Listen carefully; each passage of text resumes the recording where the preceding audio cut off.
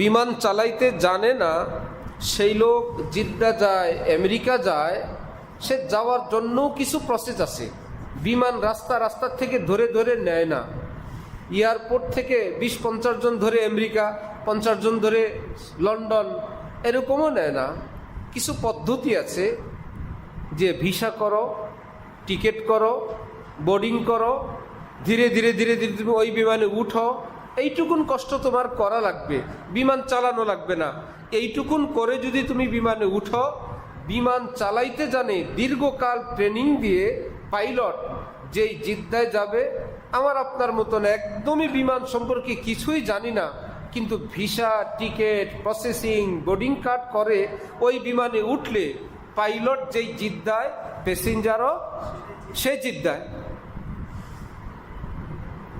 একই সঙ্গে থাকা আরেকজন লোক, পয়সা আছে, বাড়ি গাড়ি আছে, জ্ঞান বুদ্ধি আছে, সে বলল আমি যাইতে পারলাম না, তুমি গেলা।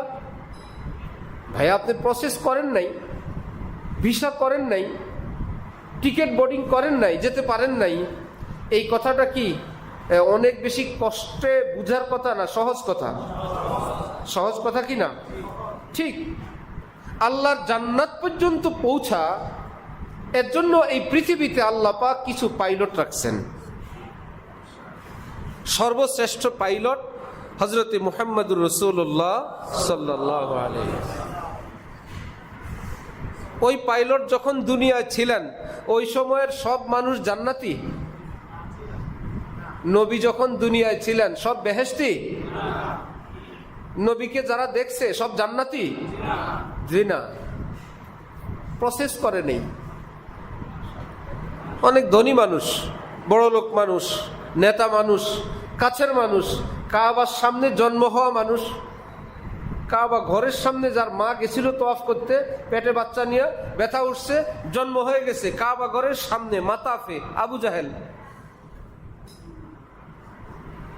আবু জাহেলের জন্ম কোথায়? কাবার সামনে। এইরকম জন্মের দিক থেকে কপালওয়ালা মানুষ প্রসেস করে নেই, ভিসা করে নাই, লা ইলাহা ইল্লাল্লাহ মুহাম্মাদুর রাসূল। বিমান ছেড়ে চলে গেছে, ভিসাও নাই, টিকিটও নাই, বোর্ডিং কার্ডও নাই। বহু চেষ্টা করছেন।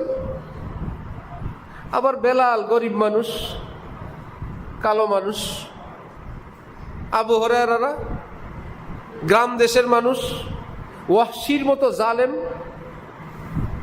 হযরত হামজার হত্যাকারী, শেষে কপাল খুলছে যে যা ভুল হয়েছে ভুল হয়েছে, এইবার একটু সোজা পথে আসি।